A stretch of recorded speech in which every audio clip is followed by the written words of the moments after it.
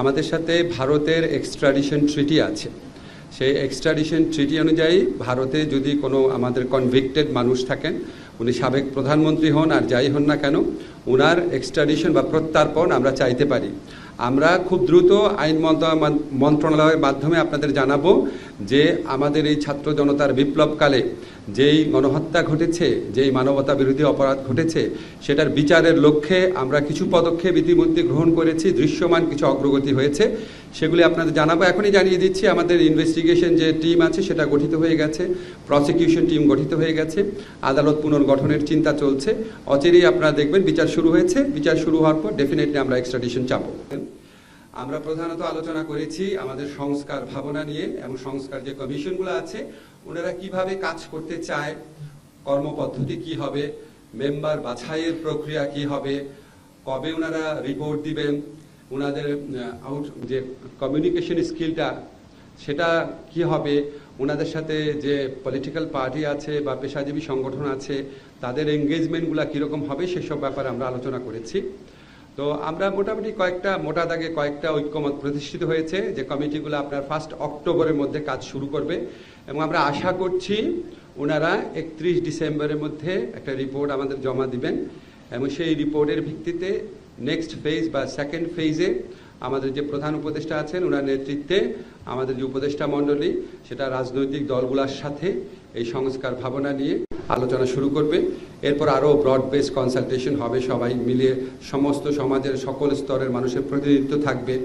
সংস্কার কমিশনগুলোর রিপোর্ট পাওয়ার পর সেগুলি অনলাইনে উন্মুক্ত করে দেওয়া হবে, সবার মতামতকে রিফ্লেক্ট করার চেষ্টা করা হবে এবং এটার ভিত্তিতে আজকে ছাত্র জনতার যে আন্দোলনের গণ অভ্যুত্থানের বিপ্লবের যে প্রত্যাশা, সেই প্রত্যাশা আপনারা জানেন শুধু নির্বাচনের মধ্যে সীমাবদ্ধ ছিল না, সেটা ছিল একটা রাষ্ট্র সংস্কারের প্রশ্ন এবং প্রকৃত গণতন্ত্র প্রতিষ্ঠার স্বপ্ন এবং বাংলাদেশে যেন কোনোদিন আর কখনো ফ্যাসিবাদী শাসন ব্যবস্থা জাঁকিয়ে উঠতে না পারে সেই সম্ভাবনা রোধ করার লক্ষ্যে কী কী সংস্কার করা প্রয়োজন সেই ধরনের চিন্তা ছাত্র জনতার আন্দোলনের মধ্যে দিয়ে প্রতিফলিত হয়েছিল। সবার এক্সপেকটেশন সেটা ছিল, সেটার লক্ষ্যে এই সংস্কার কমিশনগুলো প্রাথমিক স্তরে কাজ শুরু করেছে। আমাদের সাথে ভারতের এক্সট্রাডিশন ট্রিটি আছে। সেই এক্সট্রাডিশন ট্রিটি অনুযায়ী ভারতে যদি কোনো আমাদের কনভিক্টেড মানুষ থাকেন, উনি সাবেক প্রধানমন্ত্রী হন আর যাই হন না কেন, ওনার এক্সট্রাডিশন বা প্রত্যার্পণ আমরা চাইতে পারি। আমরা খুব দ্রুত আইন মন্ত্রণালয়ের মাধ্যমে আপনাদের জানাবো যে আমাদের এই ছাত্র জনতার বিপ্লবকালে যেই গণহত্যা ঘটেছে, যেই মানবতা বিরোধী অপরাধ ঘটেছে, সেটার বিচারের লক্ষ্যে আমরা কিছু পদক্ষেপ ইতিমধ্যে গ্রহণ করেছি। দৃশ্যমান কিছু অগ্রগতি হয়েছে, সেগুলি আপনাদের জানাবো। এখনই জানিয়ে দিচ্ছি, আমাদের ইনভেস্টিগেশন যে টিম আছে সেটা গঠিত হয়ে গেছে, প্রসিকিউশন টিম গঠিত হয়ে গেছে, আদালত পুনর্গঠনের চিন্তা চলছে। অচিরেই আপনারা দেখবেন বিচার শুরু হয়েছে। বিচার শুরু হওয়ার পর ডেফিনেটলি আমরা এক্সট্রাডিশন চাপব। ইনফ্যাক্ট এই কমিশনটা গঠন করা হয়েছে, তারা সকল সম্ভাবনা পর্যালোচনা করে দেখবে। যেমন আপনি বলেছেন কনস্টিটিউয়েন্ট অ্যাসেম্বলি ইলেকশন হতে পারে, কনস্টিটিউয়েন্ট অ্যাসেম্বলি একটা সংবিধান তৈরি করতে পারে, গ্রহণ করতে পারে, আবার রাজনৈতিক দলগুলোর সমঝোতার ভিত্তিতে কোনো সংবিধান প্রণয়নের কাজ চলতে পারে। কি হবে এই ডিসিশন আমরা নিব না, এই ডিসিশন নেবে বাংলাদেশের জনগণ এবং জনগণের পক্ষ থেকে কাজ করার জন্য এই কমিশন করা হয়েছে।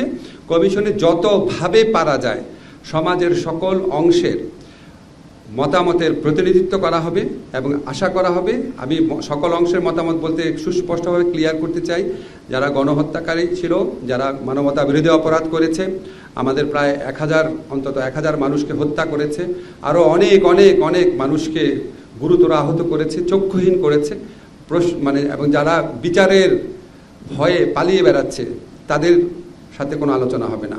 তাদের বাদে সমাজে যত প্রতিনিধিত্বকারী শ্রেণী আছে, রাজনৈতিক দল আছে, তারপর আপনার সামাজিক সংগঠন, পেশাজীবী সংগঠন, ছাত্র সংগঠন, আমাদের এই বিপ্লবী অভ্যুত্থানে যারা ছিলেন, প্রত্যেকটা সেক্টরের সাথে যতভাবে পারা যায় মতামত প্রতিফলিত করা হবে এবং এই কাজটা ঠিক কিভাবে হবে সেটাও আমরা ডিকটেট করতে চাই না, এটা কমিশনের মাধ্যমে ঠিক করা হবে। এখন আমরা যখন কাজ শুরু করব, আমরা এই কমিশনগুলোর উপর জনগণের মালিকানা প্রতিষ্ঠা করার জন্য জনগণের সকল সেকশনের সাথে আলাপ করব, প্লাস আপনাকে বলেছি রাজনৈতিক দলগুলোর সাথে আলাপ করব।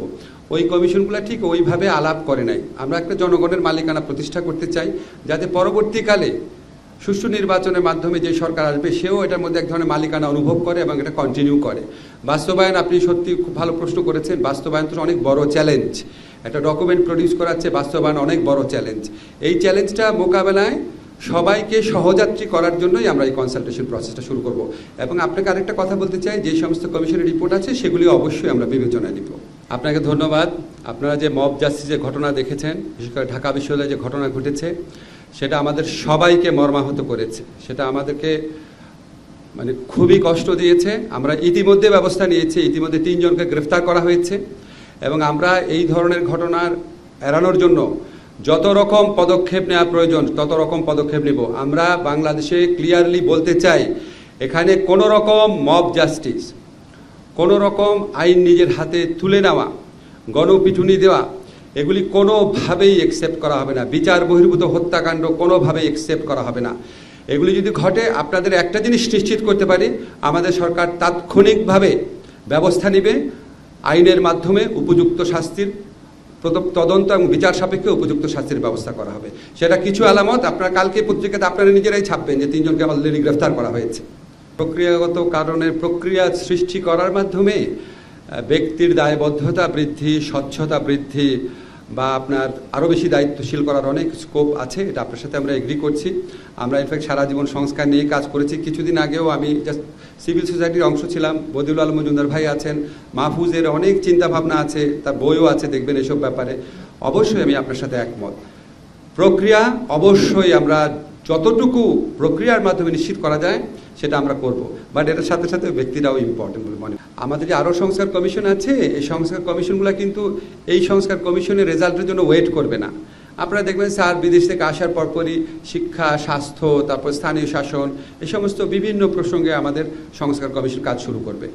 আর সংস্কার কমিশনের প্রস্তাবের ভিত্তিতে কিছু কিছু প্রস্তাব থাকবে আমরা তাৎক্ষণিকভাবে করতে পারবো, কিছু কিছু প্রস্তাব থাকবে মধ্যমেয়াদী, কিছু কিছু থাকবে দীর্ঘমেয়াদী, কিছু কিছু হয়তো প্রস্তাব থাকবে হয়তো যেটা আগামীতে নির্বাচনে বিজয়ী সরকারের জন্য থাকবে।